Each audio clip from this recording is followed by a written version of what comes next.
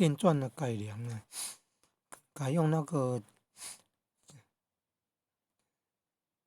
连接到旧电脑的电源供应器12伏特的了。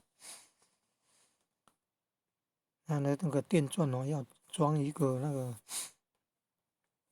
像电源像那个什么，就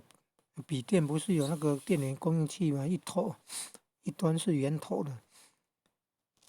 然后那个要装一个可以插进圆头的那个小零件，然后电线正负极要连接到这个旧的电脑的电源供应器，要找到那个连接硬碟的那个线里面有一黄是12伏特的正极，一黑这样。然后怎么通电呢？要把那个很多孔的那个塑胶头找到那个一绿一黑线，用金属架插入孔内使它通电。